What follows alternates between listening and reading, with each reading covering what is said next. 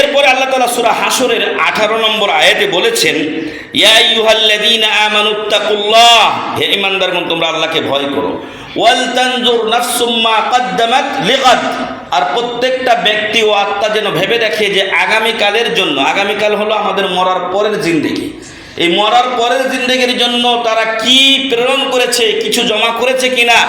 ওয়াত্তাকুল্লাহ, আবারও বলছি তোমরা আল্লাহকে ভয় করো, ইন্নাল্লাহা খাবীরুম বিমা তা'মালুন, নিশ্চয় তোমরা যে আমলগুলো করো আল্লাহ এই সম্পর্কে সম্যক অবগত রয়েছেন, সবচাইতে বেশি উনি জানেন, আপনারা আমার চাইতেও বেশি জানেন। কিয়ামতের দিন কাফেররা তাদের আমলনামা যখন বাম হাতে পাবে এবং তখন তারা বলবে যে মালি হাযাল কিতাবে লা ইউগাদিরু সাগীরাতান ওয়ালা কাবীরাতান ইল্লা আহসাহা, এই আমলনামার কি হলো, হ্যাঁ মালি হাযাল কিতাব, এই কিতাবের কি হলো, এই আমলনামাটা যে আমাদের হাতে দেওয়া হয়েছে, লা ইউগাদিরু সাগীরাতান ওয়ালা কাবীরা, এতে ছোট বড় তো কিছুই ছাড়ে নাই, আমি যখন যেখানে যেটা করেছি সেটাই তো এখানে লেখা আছে।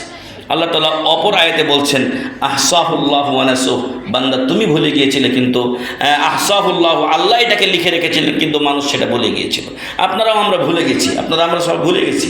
গত সপ্তাহে কে কখন আমরা কি কাজ করেছি আমাদের কারো মনে নেই। অতএব সম্মানিত উপস্থিতি, আল্লাহর দ্বীনের পথে চলার জন্য সর্বাত্মক চেষ্টা করতে হবে, নতুবা আল্লাহর কাছে আমরা ধরাশয়ী হয়ে যাব। আউয়ালুল মারাহিল, পরকালের প্রথম স্টেপ কবরেই হয়তো আমাদের এই পরীক্ষা শুরু হয়ে যাবে। আল্লাহ তাআলা আমাদেরকে কবরের আযাব, পরকালের আযাব এবং যাবতীয় যত পরীক্ষা আছে সেগুলোর খারাপি থেকে হেফাজত করুন, আল্লাহুম্মা আমিন।